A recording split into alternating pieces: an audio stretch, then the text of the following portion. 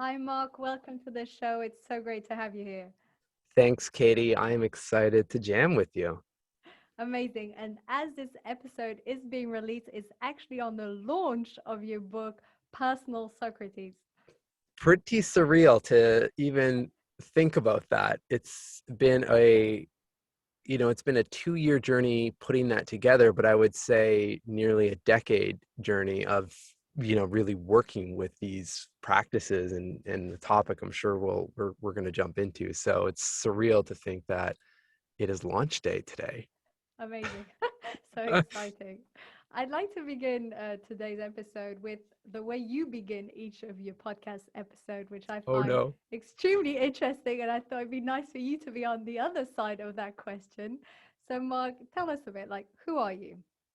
I should know better, right, Katie? That question like that will be eventually flipped to me. So it's no, thank you for the question. And as I ask that question just to avoid job titles and things like that to get to the core of the person. So I appreciate the question back. Um, for me, I think the quickest or the shortest answer to who are you, what feels right to me is just I'm a curious human that is obsessed and excited about questions and questions that can help myself, obviously, navigate life and the journey and the ups and downs and all of that, but then also really curious and excited about the questions that others are asking because their stories, and it doesn't matter what they're doing, whether they're authors or entrepreneurs or in the corporate world, like it doesn't matter what the industry is. We're all asking questions, and that fascination and that curiosity is really what lights me up each day. Nice. And as you mentioned in your book, we're only one question away from transforming our lives. I thought that was Yeah. a beautiful message. Yeah. Well, because if you really, I haven't always thought like that, but the more and more I've been working in this like language of questions, if you will, the more I've realized that our life really is just a series of questions and answers, right? Like, where do I want to live? Where do I want to work? What do I want to do? Who do I want to be with? I mean, these are questions we ask. Sometimes we don't even really think about. We're kind of like on autopilot with those prompts, and other times, obviously, they stop us in our tracks, and they're like huge life moments. And I've just noticed through interviews on my side as well and studying this stuff that if we spend the time to try to upgrade those questions, then so do our life upgrades as well, right? Like we're the quality of those questions and what we're thinking about, just like the people you decide to invest time in, or the books you read, or the podcasts you listen to. I mean, these are all decisions that have impact on our lives. So I'm just of the narrative. Let's bring the highest quality of everything that we can into our life, and I mean the results by default should be quality and better, right? It's also something that a lot of people don't think about. And as a coach, obviously, and also doing a podcast, I can see the tremendous power of questions. And it's something people don't conscientiously do. I like to go to one specific topic that seems to come up a lot in your book that I find really interesting, which is this combination of knowledge and stillness. And you have this fantastic quote, which is the clarity that we seek is born when knowledge meets stillness. I thought this is beautiful. I'll probably put it on a post-it on a wall. And so what are some of your key practices to have this knowledge and learning, but also reflection time? Yeah, that's a great question. And you know, I for me, I learned this from, well, I've heard it a few times, but what comes to mind is there's a pretty well-known author, Robin Sharma, who has several books, The 5 a.m. Club, I think the Monk Who Sold His Ferrari. He's got another book coming out as well. And I remember I first heard this concept or this idea in one of his books, and it's just that let's keep it with books. Like often we set a target in how many books we want to read, right? And which is fine. Some people read slower, some people read faster, but the point that I got from Robin was forget the number of books and focus on the page that you're actually reading. And I think, when you do that, and this is where the knowledge meets stillness part, if you slow down and pause and actually consume what you're reading and then think about it, and think about how it can, that particular piece of knowledge can apply to your life right now, or a situation you're dealing with at work or personally right now, then now it turns from knowledge to being something that's of value, and not just something in a book that, will go on your shelf or stay on your Kindle or whatever, right? And again, like, that's where, this is how all this stuff started for me 10 years ago, is that I'd be reading things like that, blog posts, or then when podcasts started coming out, listening to podcasts and using questions to pause, or to bring that stillness, to turn the knowledge into some sort of valuable practical action on myself, right? So, because when I'm reading, it's a bit strange now, because it's like all I see is questions, essentially. You read something and be like, well, wait a second. So you're saying, to take whatever, a moment in the morning to exercise or do this. Well, then I flip that into, well, how can I adjust my routine or practices to incorporate more movement or something like that, right? And then it becomes applicable. Then you can see the benefits of what that author is writing about, right?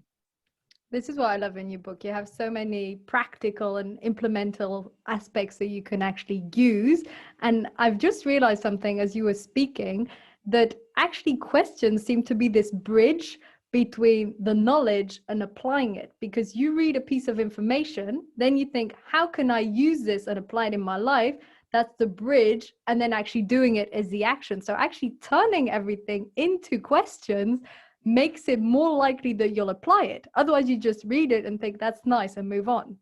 Yeah, totally. Well, and I think that's where it comes into where the idea of, not focusing on the number of books, and slowing down and focusing on the quality and the consumption, and implementing what you're reading, right? Because we can read a ton of books, and we'll absorb a certain percentage of that knowledge, but eventually it's just gone, and then we're back onto the next book, unless, what happens, I've seen happen before, is, a life event or something comes up, and then you're triggered, or remember, oh, I read something, or there's something in my mind that I can pull from and then go back to, which is useful.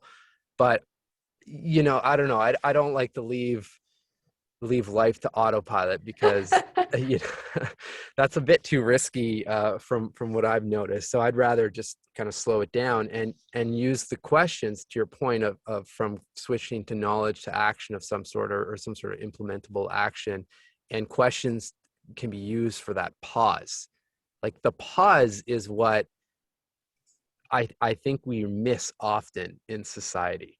And it's not our fault. I mean, we're a bit of a victim to society, and like the productivity culture and hustle. And I mean, it's getting better, but the pause is where I think that's the superpower, because it happens anywhere.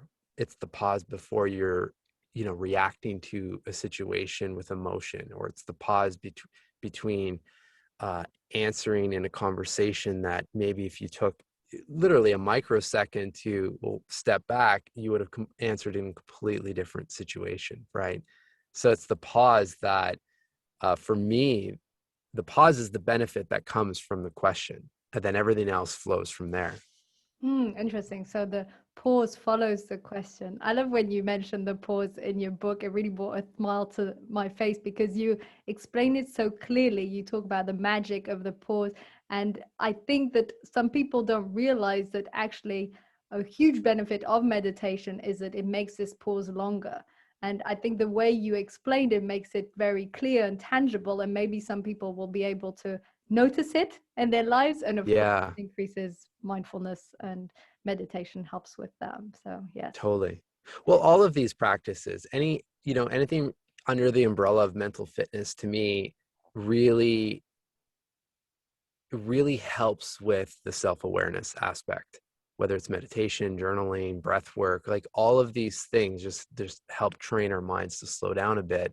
And then because the pause is there, it's just we don't see it, or we don't feel it, right? And so any of these practices helps kind of blow out the mental fog that's in our minds, just like you would, open a front door and back door in a house and like let the wind blow out the dust type thing. I mean, we can do that with our minds as well. You have this analogy with the library that you write about, that our minds are like libraries, but the books are perfectly displayed and they're all a mess. I love this. I mean, I loved a lot of your images and tools, and because they were very easy to visualize, but also they had a very strong message behind them also. Oh, thank you. Thank you. You never know if the stuff is going to land. I mean, I'm just trying to speak in language or in terms that I understand. So I appreciate the feedback. Yeah, I definitely loved it. I'm sure the audience listening will too. And I feel you touch on so many interesting topics in terms of stoicism and gratitude and curiosity and so many directions. It would be weird if people don't resonate with at least half of it, if not more.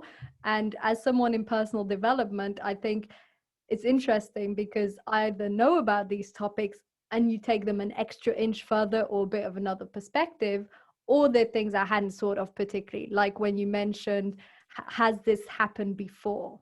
And Mm. looking at the past and saying, is this something that we've already done? Is this a recurring pattern? And using that. That's always an interesting point.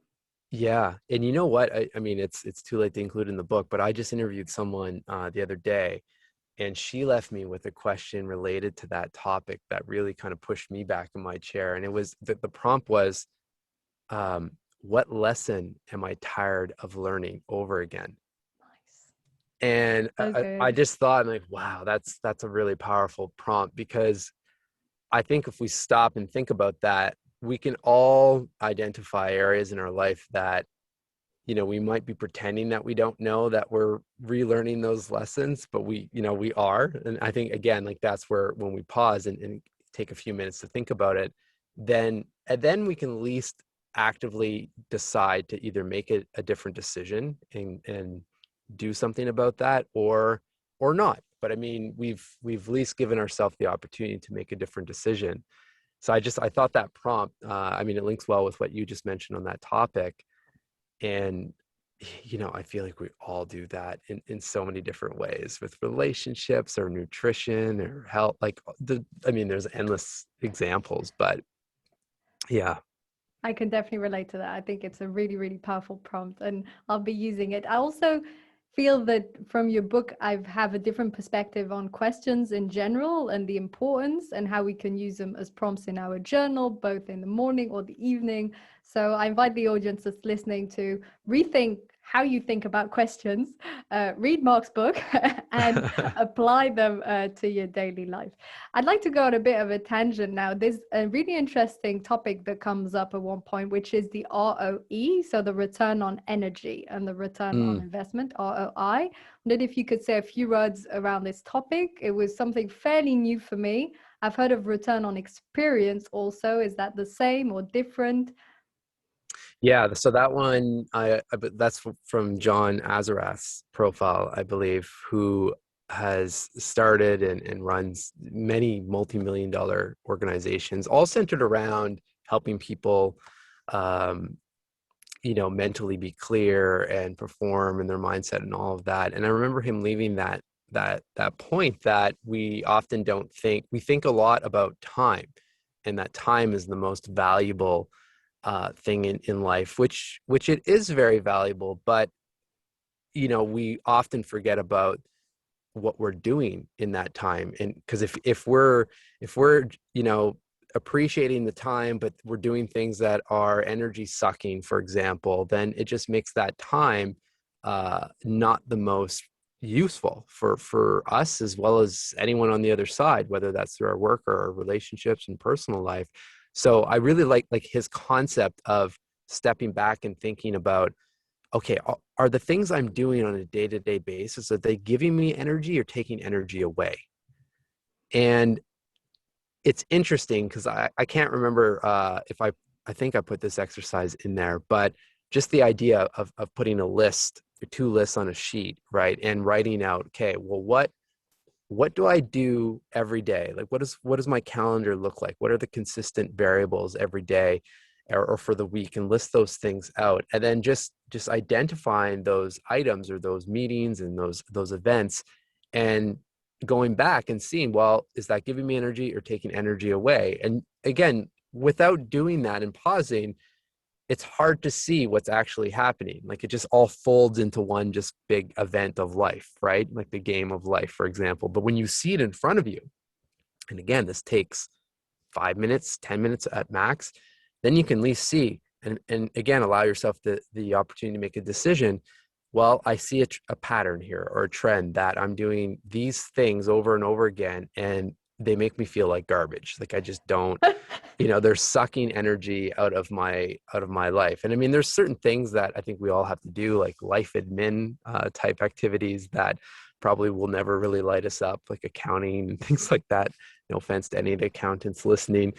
Um, but, for the most part, I would say that the majority of what you're doing day in and week by week and every year, you want it to be fueling you, right? And giving you joy and satisfaction. Because when we're in that state of mind, when we're motivated and we're excited, like that's where we do our best work, our best thinking, when we're present, when we're driven to change things or whatever, right? And again, we benefit from that, but there's a ripple effect to that others around us benefit from it as well, versus activities that drain us that could put us into anxious states or fearful states or just feeling depleted. It's really hard to do your best work kind of pushing the boulder up the mountain. Like we can get it there, but it's not the most pleasurable thing. I'd rather flow with the whole scenario. Or I think in the book I mentioned just the idea, like if there's an option, a cost-effective option to land on the top of the mountain and in a helicopter, I'll take that option. you know so yeah, sorry, that was a long-winded answer to I think really just about being conscious of where we're directing our energy and what's fueling us and what's depleting that energy reserve. Yes, that goes sort of hand in hand with one of the key concepts of productivity, I feel, in terms of manage your energy and your attention, because I'm all about focus, so it comes up all the time. Manage your energy and your attention and not managing your time, because first of all, it's a lot Yeah. nicer. like you Yeah, said, pushing it up the hill. Who wants to do that? It's not at all a nice experience. of course. And there are always other options, right? It sometimes when you're in it, it may not feel like there are other options. It may feel like the only option is to go straight up that mountain, pushing the giant boulder. But again, when you can slow down and think clearly, and like we've got a powerful thing on the top of our shoulders that has a lot of knowledge and a lot of solutions. We just need to allow it to do its thing. Yes, yes, amazing. I'm curious, you've interviewed so many wonderful people on your podcast, Behind the Human, people like James Clear, a habit expert, and actually a lot of the people that are profiled in the book. What sort of practices or habits have you started to implement following these conversations? So we're talking about what you said earlier, applying the knowledge that you learn.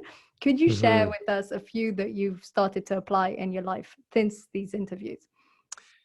Well, we were talking before we hit record that you had pulled a principle from one of the profiles from Cal Fussman, who is a legendary Esquire writer and interviewer himself now on his show Big Questions. And I was listening to his show this morning, just going during my mental fitness hour. I took this morning, what felt right for me was a long walk, so I took a 30 or 40-minute walk, and I had a few of his podcasts in my ear. And what I was listening for, because he's going back in his archive of interviews that he's done 10, 15 years ago, where he's literally has a recorder on the desk, and he's just recording this to write him up for Esquire, right? And I was just listening to how he was asking the questions. And something I learned from Cal was his technique of going into an interview without a sheet of paper or a list of questions, but more so that he's done the work up front where he's listed out all of the questions, right? And he's thought of hundreds of questions before going into that interview, and then he rips up that paper, and then he arrives at the interview really present and allows his mind to pick the questions that fit. I was listening to an interview with Sting, and like what I was trying to implement in my life was knowing that he does that, in his interview prep, how like trying to pick out how those questions are then coming to light in the interview, and like trying to learn from the master of the craft. And what I'll do is I have some guest prep to do for a show that I host for Baron Fig, who published the book, with this guy Kyle Webster, who's an illustrator with Adobe, and it just reminded me to go back to that style of prep. So again, I mean, I do that on and off, but having listened to Cal this morning, I need to, let's think about this a little bit more and really try to implement his style. So that's one of them. And I think the other big thing is just, like anything in life, if we just allow the default track to play out, we fall into the rut of kind of where society is operating. And the people that I've interviewed don't operate in that track. They operate at a different level, not to say that they're better or worse than any other person, but I think they've recognized, they have that self-awareness that if they don't constantly prime their mind with positive things, affirmations, knowledge, people, all of that kind of stuff, then by default, they'll navigate down to a path that is not where they want to perform, because it's, again, hard to perform when you're not at your optimal mental state. So I think for me, the interviews serve as constant reminders that this stuff isn't unaccessible to any of us, and it's not super complicated. Like, I think of Apollo Ono, who's a huge, I think we'll see what happens with the we're Summer Olympics now, so we'll see the Winter Olympics, but as of right now, he's the most decorated Winter Olympian of all time, a short track speed skater and won a ton of medals. And he just uses Post-its, in his closet or in the kitchen, like wherever he's going frequently, uses little Post-its with his goals or priming kind of affirmations to remind him that this is what I'm doing. This is why I'm doing it. And he told me as well, like, sometimes I resonate with them and sometimes I kind of forget why I wrote those out. But for the most part, they serve as reminders.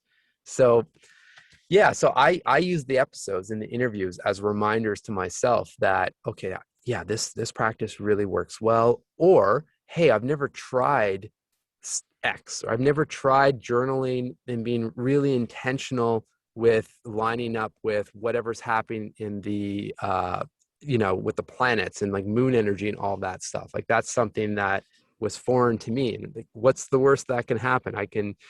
Nothing bad is going to come from, tapping into thousands of years of astrology and lining up with a practice that I'm already doing anyway. So like things like that, I think I'm really grateful for the interviews, because they serve as reminders, and they also serve as inspiration to try new practices. Absolutely. And I love how open-minded you are on topics such as astrology or other things. You can just tell that there's a genuineness to learn and experiment and implement. And that's always inspiring. Listening to what you're saying, I'm starting to think, if they're so accessible to everyone, like the Post-its or things like exercising or nutrition, or things that come up quite regularly, I'm wondering, what do you feel holds people back?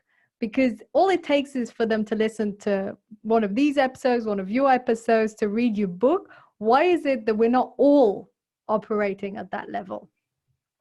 Great question. The only thing I can say is it's the consistency.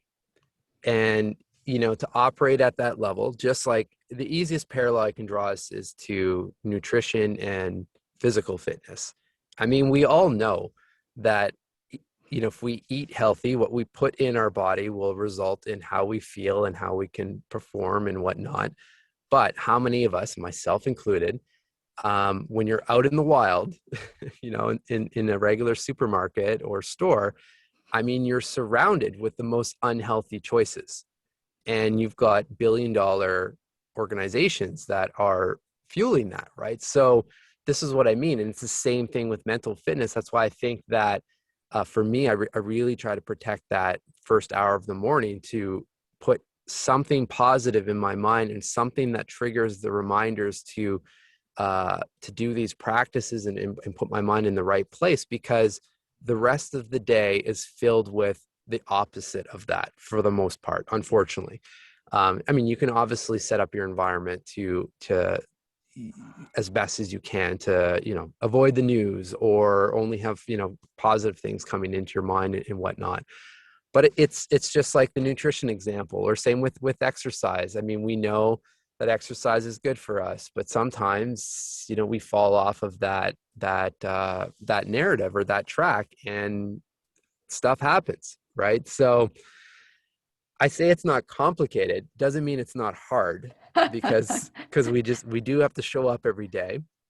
And mental fitness is no different than, if you're going to set an objective to exercise 20 or 30 minutes every day.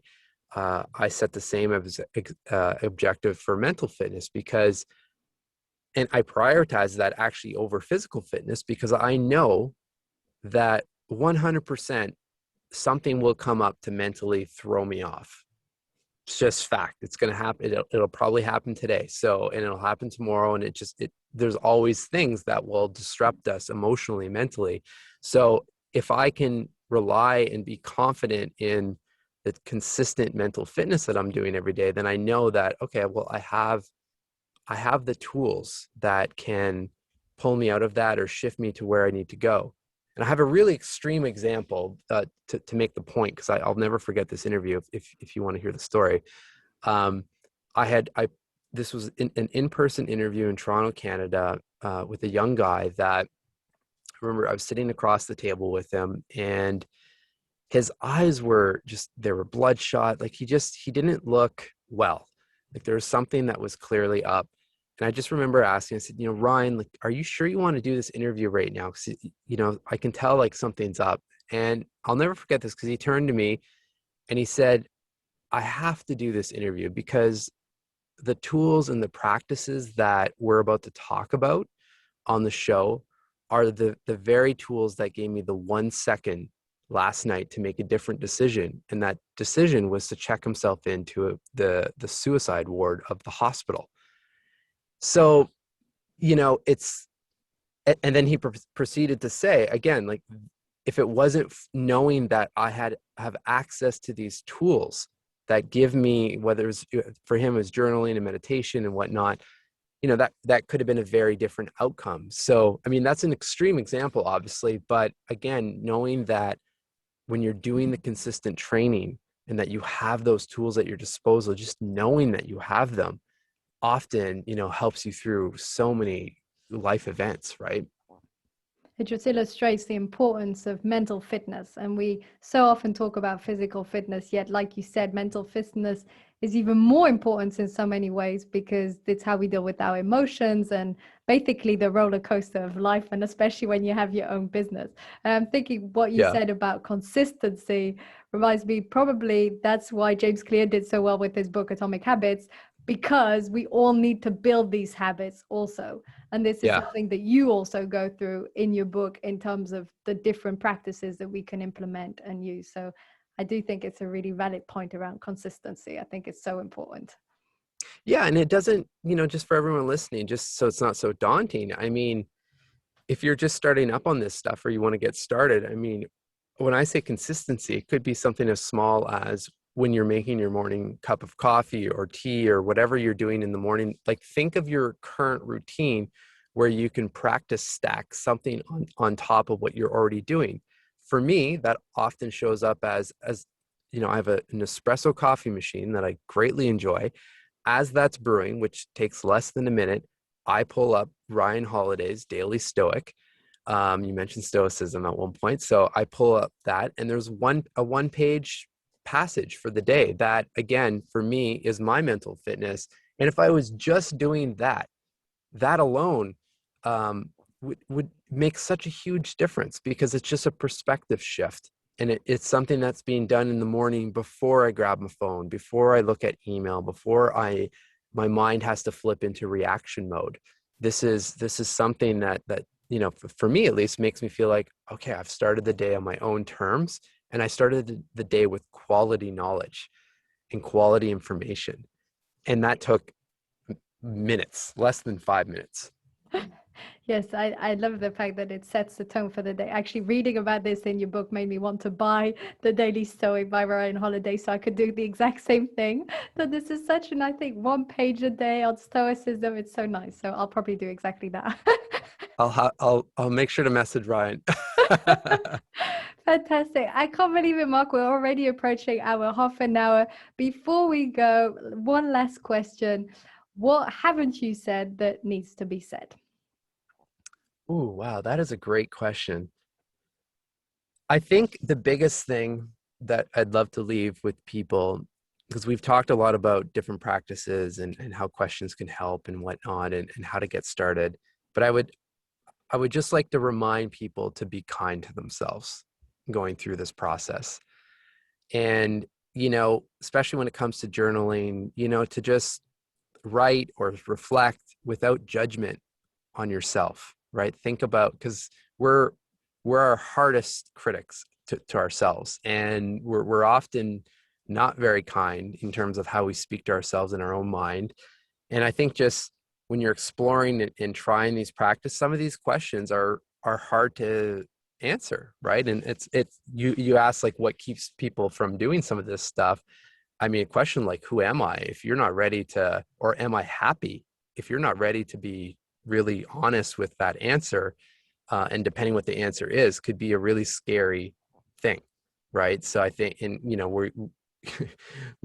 we don't typically like to set us up to feel like, to feel unwell and not motivated and whatnot. So I would just say, approach any of these practices, whether it's journaling, meditation, and whatever works for you from a mental fitness and physical fitness, and just be kind to yourself and set yourself up for success. Set up some like mini easy objectives to achieve, which maybe it's 1 page out of this book or Ryan's or something else, every morning when you start your day, and you can feel like you've checked something off that is healthy for your mind. Amazing. That's such a fantastic reminder and such a fantastic last note. Thank you so much, Mark, for being on the show. I'll also put a link to your book that is coming out Thank as we you. release this episode in the show notes, and I invite everyone to read it. I've personally read it myself, cover to cover. Fantastic read, so I highly recommend it. Thank you once more, Mark, for being on the show. Thank you. Have a beautiful day. Thank you.